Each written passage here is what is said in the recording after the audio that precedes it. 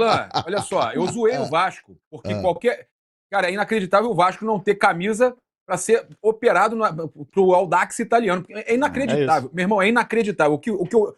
Você achou super normal, Neila? Eu achei um Não. absurdo. Só a expulsão no primeiro tempo foi anormal, mas isso aí altera o jogo todo, né? Isso condiciona o jogo. Você perder um jogador no primeiro tempo, ficar com um a menos desde o primeiro tempo, condiciona o jogo. Acho que ainda assim, é uma vergonha o que aconteceu com o Vasco, independentemente da arbitragem. O Vasco não ter time pra ganhar do 13º colocado do Chilenão, porque não tava jogando bem nem antes também da expulsão, né? O Vasco começou mal o jogo. Aí. O Audax estava melhor do que o Vasco. Para mim são duas análises, acho que uma não anula a outra. Para mim o que aconteceu ontem em São Januário foi criminoso por parte da arbitragem, assim.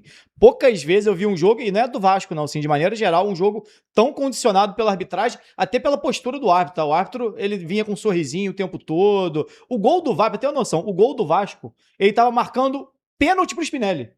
Porque ele não viu ou não desconhece a regra que o gol do Vasco tinha sido o gol, ele ao invés de apontar pro meio de campo, ele tava marcando pênalti. Porque ele não ia dar o gol. E aí alguém deve ter falado com ele, olha, foi gol. Você, por favor, pode marcar o gol, porque não foi. Você não precisa marcar o pênalti. Entre gol e pênalti é gol. Pênalti gol é gol. Pênalti gol é gol. Pênalti gol é gol. A gente cresceu na pelada. A gente cresceu com isso, né, galera? Pênalti gol é gol. Não, você imagina se ele apita antes.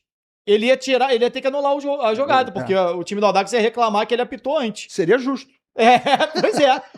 E aí você, assim, o Vasco, pra ter noção, o Vasco fez 6 faltas no jogo, sendo que uma não foi falta, que foi a expulsão do JP. Nossa, então foram 5. Carvalho, ele tá desesperado. Exato, a gente vai chegar nesse ponto aí também. E o Vasco tomou 5 cartões. São 5 faltas e 5 cartões. Caramba.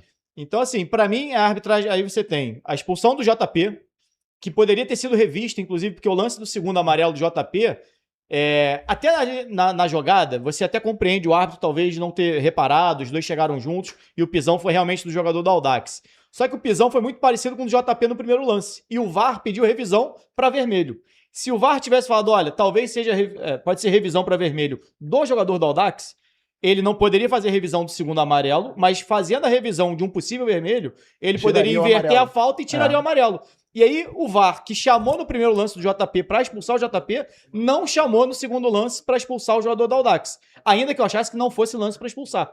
E aí mas ele poderia, na revisão, fazer a revisão, tirar o cartão do JP e acabou. Mas no primeiro lá não era para expulsar, então? Eu acho que não, porque o JP tinha o controle da bola.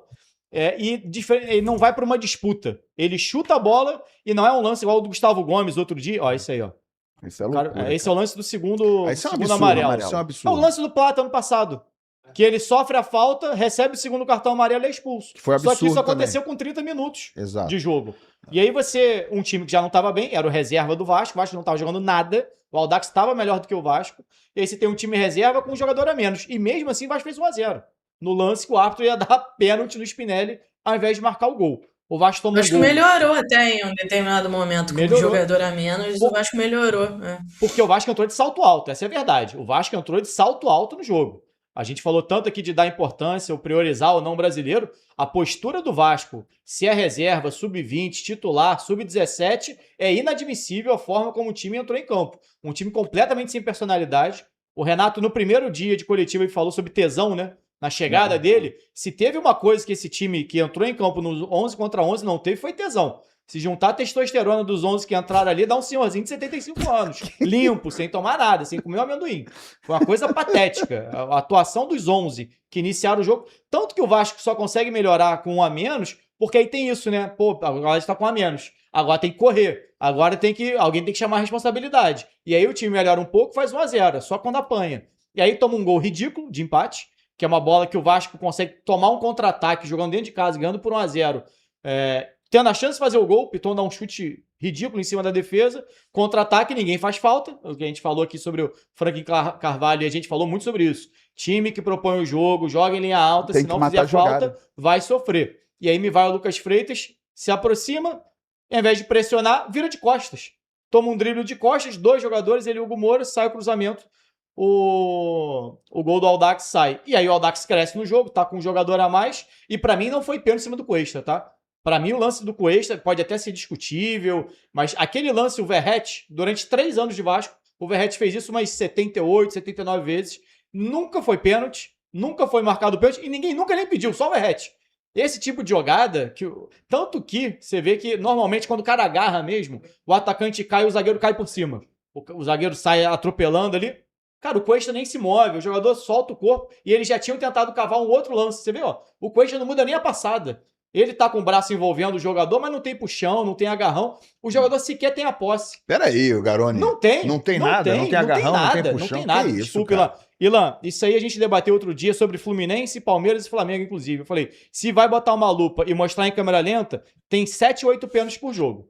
Isso aqui, num jogo de Sul-Americana, onde a arbitragem mal marca falta, inclusive, me desculpa, isso aqui pra mim não é nada. Esse lance... Você concorda com tudo que você falou, menos com essa questão do pênalti aí. Não, eu acho que pode ser discutível, mas é o tipo de lance... Eu acho bem discutível. O Hugo Moura teve um desse no primeiro tempo. Bem discutível. Mas você acha que foi ou não, Raíza? Discutível em que sentido? Você acha que foi ou não? Não, eu acho que foi passível de marcação, sim. Aí você vai discutir se o árbitro foi muito rígido ou não. Mas peraí, isso não é um lance de escanteio. Onde no escanteio é comum, você tá ali, aquele agarra, mas não tem regra diferente para escanteio ou bola longa, tá? Mas ali, pô, você tá numa jogada ali que são só os dois jogadores. Ele puxa e depois ele agarra ele. Ele agarra.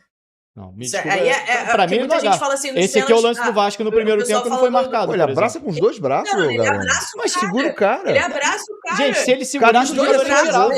Mas ainda em direção ao gol, cara. Se ele segurasse, o jogador nem girava. Olha o lance do Vasco no Hugo Moura. O jogador com os dois braços no Hugo Moura, que foi? Fala, Raíza. Ele agarra o... Não, ele simplesmente agarra com os dois braços. A questão é a falta de critério, né? O jogador a questão é a falta de critério. Ele não deixa o cara... Entendeu? Eu acho que é um lance que, sim, pra mim, foi pênalti aí. Pra mim, eu concordo com tudo que o Garoni falou, mas nesse lance especificamente, eu acho que foi pênalti, foi muita imprudência também do... Quem foi que fez o pênalti? Cuesta. Jogo terrível do Cuesta. Você vê que o Cuesta não muda nem a direção dele. Não tem... Gente, é um cara de 1,80 m e pouco, um atleta, girando. O outro jogador, você não tem movimento de alavanca do Cuesta para derrubar ele, você não tem a camisa sendo esticada para falar que puxou pela camisa. O que você tem é o braço dele em volta, o que acontece em inúmeros lances.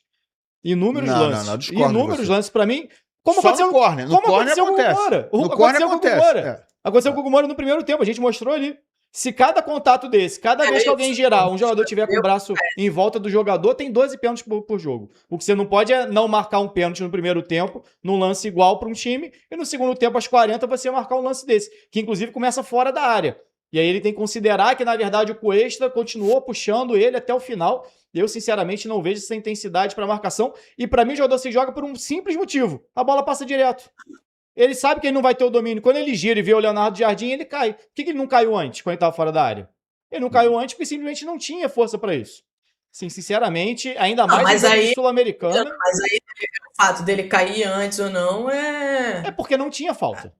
Não é isso, ele não precisa cair no início do lance, né? Ele sentiu o lance, ele tentou continuar na jogada. O cara foi agarrando, continuou agarrando ele dentro da área. Tem um momento que ele não conseguiu seguir. Bandeira, acho que foi o quê? Olha, pra mim, se ele marcou esse, ele tinha que ter marcado primeiro. No Hugo Moura, que a gente mostrou aí agora há pouco. Marcou no Hugo Moura, marcou esse. Se não marcou no Hugo Moura, não pode marcar esse. Mas pra mim foi, no Hugo Moura, foi até pior que isso aí. Com certeza. Pra mim, nenhum dos dois é pênalti, tá? Tanto que o do Hugo Moura passou por mim batido, depois que eu vi torcedor reclamando. Pra mim, esse tipo de lance não é. E não é pelo Vasco, não. A gente falou outro dia, eu falei da bola da Arrascaeta, que pra mim também não era. Isso aí pra mim... isso de ser a camisa do time. Estamos debatendo aqui o lance. E se foi pênalti no segundo, obrigatoriamente tinha que ter sido pênalti aí no Hugo Moura. Não tem como. E a arbitragem foi muito ruim, realmente. São gavetas diferentes. Tem que falar a respeito da atitude do Vasco em campo, muito ruim. Passa muito pelo Renato também. Mas a arbitragem foi Você vê como é que o jogador caiu? Que eu falei, quando tem o agarrão, normalmente o zagueiro cai junto. Cai junto com o lance do Hugo Moura, o zagueiro inclusive cai junto. O lance do Cuesta, o Cuesta não muda nem a passada dele. Porque ele não tá fazendo força, ele não tá pendurado em cima do jogador. Ele não tá fazendo nada. Pra mim, nenhum dos dois tá? Pra mim, nenhum dos dois. Mas o grande problema é a falta de critério, Garoni. Falta de critério. Tá? É exatamente isso.